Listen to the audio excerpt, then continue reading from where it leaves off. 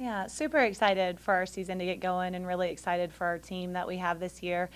We've been working really hard over the summer and in the fall, and we're excited to start competing in games. We have a great mix of returning some veteran players with some newcomers, and we've been working really hard, and we've been able to just mesh really, really well as a team. Last night, we got our first win. Last night, anytime you can get a win and get on the road, you're super happy with that. We had a really fast style of play. We had great pace. Needed our defense to be a little bit better and not turn the ball over so much. We got a lot that we got to work on, but super excited for where our team is. Questions? Next side, other side. Let's just talk about, Delaney. You said she was going to be a leader for you. Talk about her career high last night, especially just how exciting that was for her. Yeah, well, our whole team did such a great job. Anytime you're on the road, you're going to face so much different adversity, and the support that they had for one another. And, you look at her leadership from a scoring standpoint in the game last night, but you also look at the way that we play. We're always going to be about teamwork and toughness, and Delaney completely embodies both of those characteristics. And so she was definitely looking for her shot last night, and we needed her to do that. She was super aggressive in attacking the basket against some pressure-style defense, which really not just opened things up for her, but once she had, started to score a little bit, she drew other defenders and allowed things to open up for other people as well. But, her leadership goes beyond the statistics. Her leadership goes into our team and how she helps younger players and how she leads in our locker room, and we're just really thankful to have her as a leader. Actually having already started your third season here, how much easier or how much more of a foundation is it when you get to build season after season after season?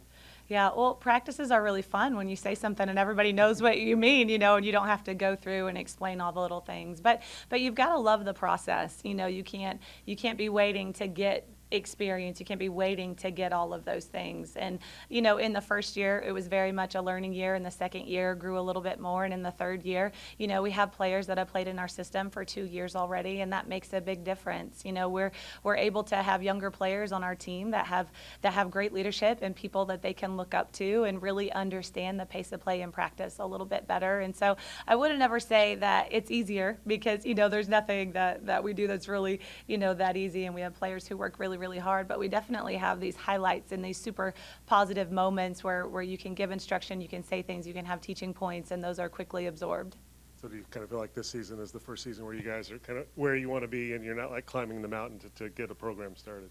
I think there'll always be a climb. Anytime that you want to pursue excellence and anytime that you want to be elite, you never reach the top. There's always a step in front of you that's going to be a higher step in front of you. And so are we pleased with the progress that we've had? Are we pleased with the growth that we've had? Are we really excited for the growth that we've even had with this team over the summer and fall? Absolutely we are. We know we've got a lot of work ahead of us to do, but I think our players are hungrier than ever. I don't think that we have returning players who were satisfied with last year at all, and I think they came in and they worked really, really hard, and I'm excited to see what we do this year. With Maya and Maddie both moving on, I know Maya's still around the program, but with those two leaders moving on, who have you seen that's kind of stepped into their role? Well, definitely Tamara Poindexter and Delaney Crawford. Those are two players for us that have a lot of experience under their belt now, and those are two players who, like I mentioned just a minute ago, they're really hungry. They're really hungry for success, and so they've been able to really step into leadership roles with us. Every team is different. You're never going to have one certain mold of a leader that another player just falls right into that mold, and everybody leads in different ways. And one thing that I love about this team is that I feel like we have a lot of cohesive leadership. It's not always one person all the time that's being that leader. We have different people who step up in different moments to help lead our team. And when you have a team-led team that can do those in those different moments that are needed, then I think you can find success. And I was just talking with DT last night about Katia's performance. How much have you seen her develop over the offseason? Oh, so excited for Katia Gallegos. Last night is just an example of a kid who put in so much work over the summer. We're really big on player development in our program. We spend a lot of time with kids in the gym, and Katia has grown her game over and over and over with every morning. She's getting in the gym. She's taking extra shots. She's putting in extra work, and she's going to be a really big, impactful player for us this year. You mentioned Tamara. Obviously, she's been a big part of this program for 2 years now and a great start last night with 28. How have you seen her grow since she's been here? she continues to grow day by day. You know, you have a player who does a lot for us on the offensive end of the floor and really draws a lot of attention from the defense. And for her to still maintain where she is and even continue to grow in those moments where she's getting so much attention, you know, and so many defenders are keying on her, it just goes to her dedication and her commitment that she has. One thing that's so impressive about Tamira is the way that she adapts to the way the game changes within the game, right? So if she scores one way and the defense takes that away the next possession, she knows how to score the next way and the next way and the next way. So her adaptability in game is just, it's tremendous, and it helps our team so much. And you mentioned not being satisfied with last year. How has that fueled y'all through the off season and to where you're at now? Well, it's definitely fueled us. You know, it's been able to just make our kids understand that it's a day-by-day process, and that in order to get what you want, you have to focus on the here and now. And if when you're not satisfied, you're driven just a little bit more in those day-to-day workouts, those things that may seem just a little bit routine in what you're doing, they have an extra focus in that, and then they have an extra focus to do the extra to make sure that they can help have an opportunity to reach their goals. Are you going to take a trip up to Stilley to watch New Orleans on Wednesday or tomorrow, I guess, and watch? Or Well, that would be illegal against NCAA would be- rules. it would So be. we're not allowed to live scout. So Hey, I'm no, we sorry. would not do that I'm at sorry. all. Yeah. Well, okay. Well, let's just talk about that then. You know, just that game that's coming up for them. OSU is very good about getting to the free throw line, just like you guys. They're really good at shooting, just like you guys. So, getting to watch that at least, hopefully, and just see how they defend that, I'm sure is what you're looking for Friday. And just kind of tell me about New Orleans.